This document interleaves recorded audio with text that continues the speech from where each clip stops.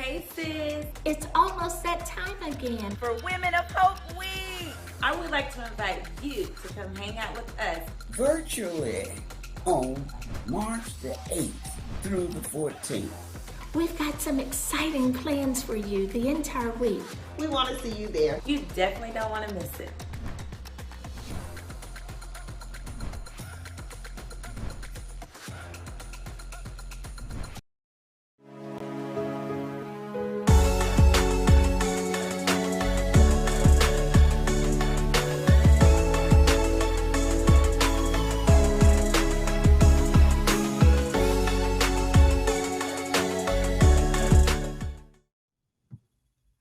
Hello, everyone, and welcome to the Pink Table Talk. How are you all doing today? My name is Loria Reed, and I'm your host, and we are so excited to have you with us women. This is our show for us, by us ladies, and today we have an outstanding subject that we're talking about. So go ahead on, begin sharing and liking this, letting your friends know that we're on today. We are talking about Lost in Translation, and I've got three of our women friends from House of Hope Atlanta that I can't wait to introduce to you guys. But really quickly, go ahead on, share this, like this, text your girls, let them know that we're on, or send this link to somebody if it's after the show has already been completed. So let me introduce who we have coming up today. You guys can bring them on up, my girls. I've got Miss Stephanie, I've got Natalise and Chandler with me today. Hey, y'all. Hi.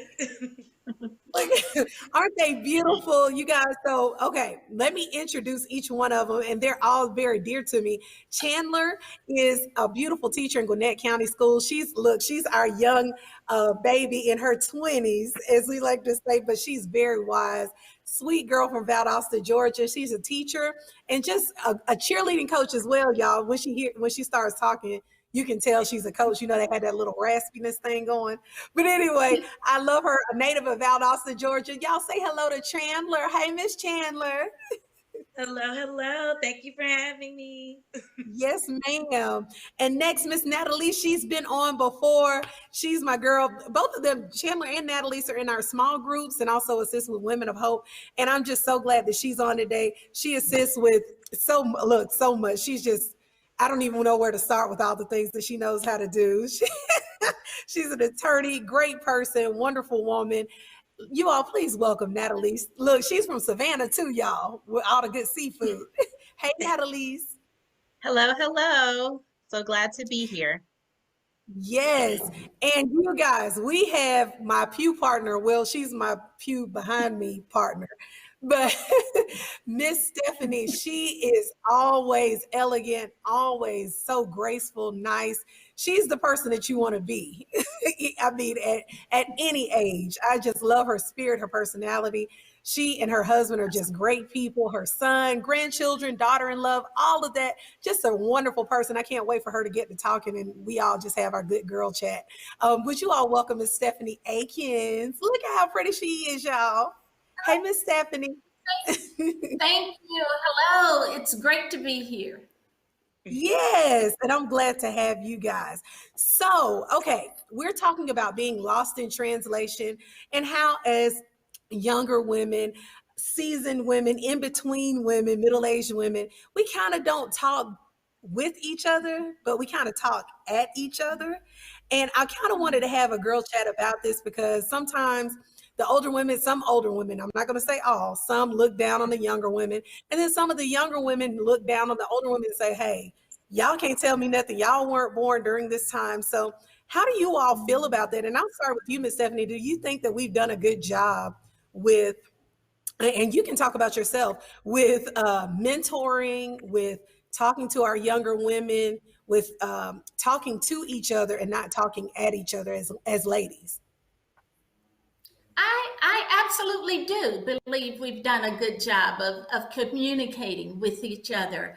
I also feel that our role as women in any generation is to make correction with love. And therefore, we don't want to offer constructive criticism, but offer feedback. You know, it's kind of a pet peeve of mine if someone says, can I offer you some constructive criticism? That's almost a turnoff. So I Right. much rather hear, let me offer you some feedback. Yeah, I like that. I'm going to start saying that feedback. It sounds softer. It doesn't sound so harsh. Like, let me give you constructive criticism. I like that. I like that. What about you guys, Annalise and Chandler? How do you feel? Do you think that we've done a good job with bridging the gaps of the different generations? Natalie, you want to Oh, start? Natalie, look, I can. Annalise, you can do it. I think there's always room for growth. I know personally, I'm open to getting this feedback, criticism, constructive or not. Sometimes I feel like it's necessary to have someone who cares enough to get you together. And I feel that that has been lacking, not necessarily, I'm not speaking House of Hope generally. I'm just talking about in just older women, adult women, in offering feedback. I just think there's more of a space to do it. I think there's more of us who want to hear from you than you may actually realize. It's good to hear from other people. You never know someone's life situation or, whether they have someone at home or in their family who they really look up to get that sort of feedback. So to have it coming from a good place from women of faith is always nice. I like that. I like that a lot. Chandler, what do you think about that? I would definitely have to agree with Natalie's. There is a way to approach. I do know just working with, older women and then women like me in my 20s, my mid 20s, there is a little gap. And like Stephanie was saying, just come with love because now, especially with times have changed, it's just a little different. So just feedback, basically just feedback. We want the feedback, but not like criticizing like everything we do. Just give us some loving feedback, and I believe that's a little more receptive to take. So Right, right. And one thing that I admire about, okay, let's go through the generations like we do at church. We've got the builders, the boomers, the busters, the bridgers, and the blossoms. So I am a buster. Miss Stephanie, you are a boomer, correct? Actually, I'm a builder. What? Wait a minute and stop the show. Stop it. No, ma'am, you are not. Are you sure? You Are are you not sure? a Let's builder. get those categories again. Tell Do me you those wear, categories. look, do you wear brown or do you wear black? I wear brown. Okay, well, you're a boomer. All right, I'll be a boomer. Look at me. I'm like, wait a minute. You cannot be you just, hold on. So you're a boomer. You're Thank a you for the boomer. correction. Yes. Yes. I was about to say, there is no way this woman is a builder. But anyway, so my thing was, I don't forgot my question now. Lord have mercy. Okay, we got all the different generations. So my thing is, and Natalise you're a bridger, correct? I don't, I wear red. She's a bridger. And Chandler, I believe you're. Look, y'all messing up my whole question. Okay, but that's all right. So I am a buster, so I wear the gray. But I feel like sometimes, how should I say it, with our different generations, we don't admire each other for the things that we bring to the world. And we kind of look at each one as being competitive with the next. So I want to talk to you guys about one thing that you admire, Miss Stephanie, about the younger generation. Natalise and Chandler, I want you to talk about something that you admire about women who are older than you. So what is one thing that you guys admire about each other? Okay, Chandler, I'll start. Go ahead. Go ahead, Miss Stephanie. All right. In thinking about the younger generation of women, I truly admire their carefreeness, and they're non-conforming, very carefree. They're very much at ease with being themselves, And I absolutely love that. I absolutely love it. That's awesome. I never thought about that. Okay. All right. Chandler, I what think about that was you? Oh, very go nice ahead, said. Natalie. She said, I think that was nice. Chandler, what do That you was think? nice. What Mhm. I admire about older women who I look up to is just how they carry themselves. We don't see that now, like poised, distinguished, just sticking to what they know and who they are. So I look up to that part of them because now I feel like people are just searching for themselves more and more, but they know who they are. And that's what I look up to the most. I like that. I like that. Natalie? Yeah, and Chandler even used some of the adjectives that I had planned on using. But that's okay because I'll add on to what you said by saying this.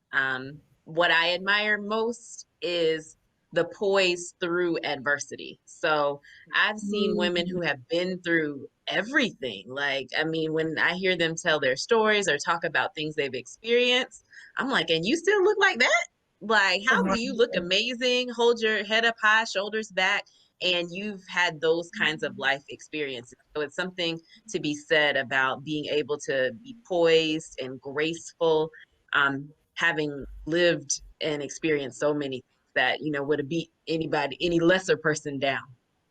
Yes. Right, right. I believe you are telling the truth because even the women at our church, I love how our mothers sit in the corner. You can see them and they're just so they come into church and they're glammed up. They look good. And when we do church anniversary, we can see how old they are. And I'm shocked every time. Like, I can't believe you're 97 years old and you walking in here looking like this, or 100 years old, 85 years old, looking so good.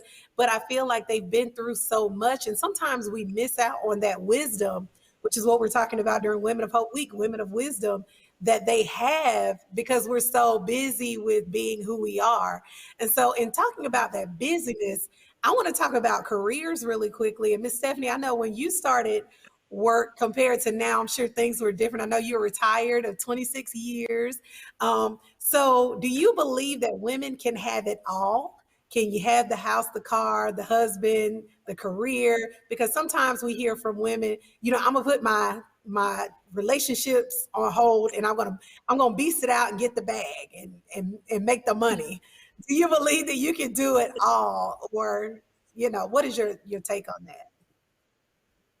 Well, yes, absolutely. I believe that women can have it all and have it all at the same time. Um, I suggest you stress for harmony and not balance. So Mm, often I hear women say, things are out of balance. I need to get things in perspective. And yes, we do. Yes, we do. But I think we should strive for harmony and not balance. I think when you're at work, you give work 100%. When you're with family or hubby, you give hubby 100%. I look at it this way. I think we should put on blinders so that we can just be present in the moment. mm, Oftentimes, I hear women say also, I'm going to hold off on that until I can give it 100% of my time. We don't give 100% of our time to anything. Again, it's just being present in the moment and being focused on wherever you are with family. Give family 100% of the time when you're with them. I love that. And I think that it leads to a lot of our anxiety issues in this generation because we're never present where we are. We're like somewhere else mentally all the time. We're at the next thing. Our minds are always going. That's why we stay on our phones. That's why our attention span is like this big. So I love that. I love that. What about you guys, Natalie? Well, I am kind of on the fence with this question, and that's only because I have plenty of friends who have, amazing careers and families. But there is a distinct difference in their life and my life. So I am single and I have no children. I sleep 8 or 9 hours a day easily. I don't miss sleep. My friends look at me like I have three heads when I say that, because sometimes when you have the work and the husband and the toddlers, you are losing out on something. I'm not saying you can't have it all, but you're gonna miss some sleep. Right now, if I wanted to, I could pick up and go to any country that's accepting Americans right now. I don't know. I could just get on an airplane and go, right? I just need to shoot a text to my emergency contact and I'm good to go. I can just move differently than someone who has other things happening. So I feel like life, when you're having all of those things, is really about compromise. There's certain things that you can do at certain times, and there's certain things that you can't do at other times. And you just have to appreciate the season that you're in, because as I look at all my mommy friends, um, I appreciate this season of singleness, because the toddler season where most of my friends are is a rough season. And Yeah. I think a lot of times we spend a lot of time admiring or hoping or heaven forbid coveting everything else, but we got to look at this season and look at way what is here and what is there, because there's things to appreciate in both. That's true. Yes. What about you, Chandler? The crazy thing is, I resonate with both sides. So, what I have been doing during this pandemic, especially when quarantine first hit, uh, definitely balancing. But then I've realized, like you were saying, Miss Stephanie, finding harmony in what you're doing. Just because you want to do something doesn't mean you have to put your all into it right now. Just wait. And definitely what you were saying, Natalie, is enjoying the season that I am in right now. I'm also single and no children, and I have friends who are married, have pregnant, or have kids already, toddler phase, everything, and they look at me and they're like, "I'm just so jealous that you get to do everything." And at first I'm like, "Well, I'm jealous because you're in a relationship, you're married, everything else like that. You have someone to talk to during quarantine. I don't, besides my parents and Mhm. my friends." But now looking back, I'm reflect and I am grateful that I do have this time. I've learned so much about myself and just different things that I want to do that I can get done. So I'm finding the harmony. I think I found it actually. So just enjoying where I am and just going for the everything's going to happen when it's supposed to happen. So that's Oh, wow. Wow. I love that. I love that. And I read something that TD Jake said, and he said, with his career, he said, you can have it all, just not at the same time. And I think that's kind of what Miss Stephanie said about when you're with your husband, you're with your husband. When you do work, you do work. So it's kind of like a balance and a trade-off in a sense. So, you can't have husband and at the same time and everything just flow cohesively.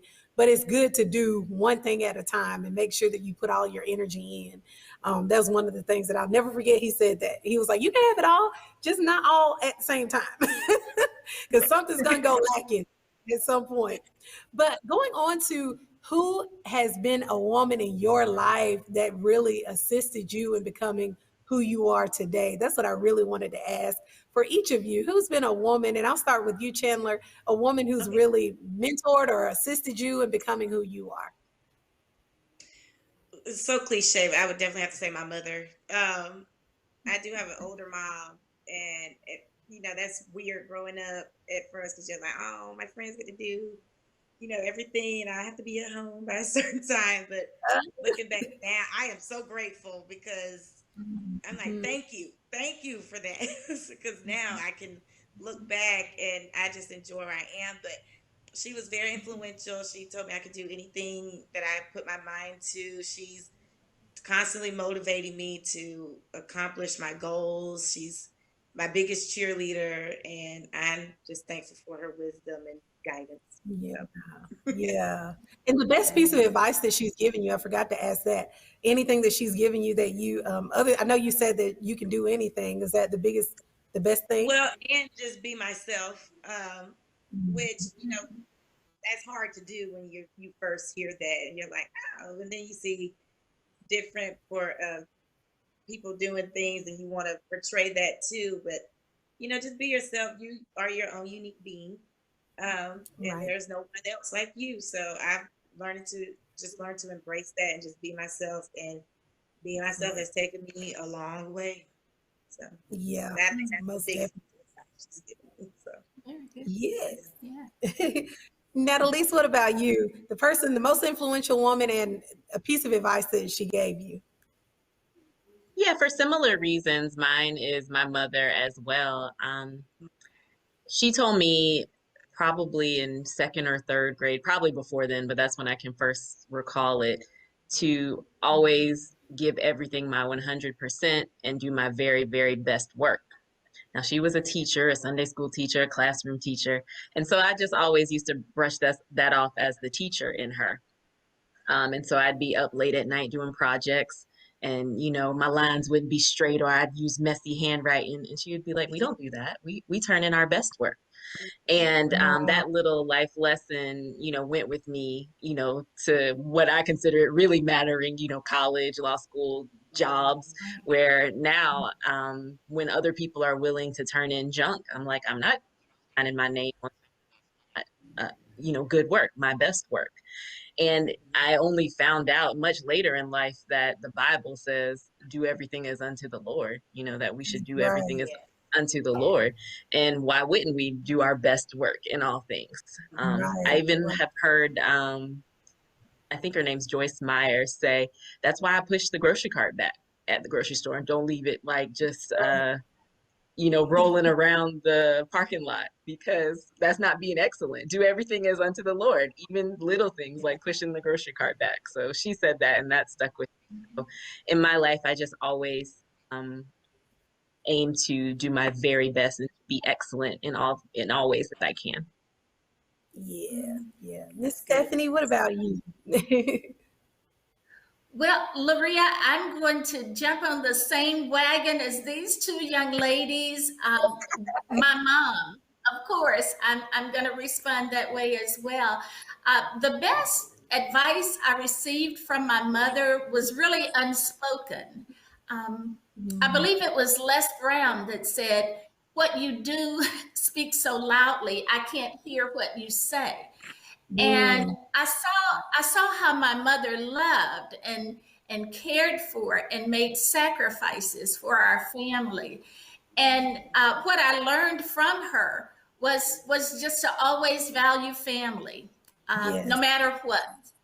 Wrap your arms around family, be there for family, and support each other. And our family unit, our community is small, but it's strong. that's right. That's right. I love that. Well, ladies, we are done. I enjoyed y'all. Look, we don't have any translation problems amongst us at all. But I think what we need to do is more of what we did. It's just talking to each other and developing relationships and not counting people out because of their age. And that goes for younger women, older women, in between women, because every woman has a story and you all have a story as well. So thank you guys for coming on the Pink Table Talk. I'm so glad y'all came. Thank Thanks for you. having us. Of Right. course. So we're going to wrap it up. Thank you guys for tuning in. We're going to have them back to talk some more about being lost in translation or other things. So make sure that you tune in to the Pink Table Talk next time. I'm your host, Loria Reed. We love you, and we'll see you next time. Bye.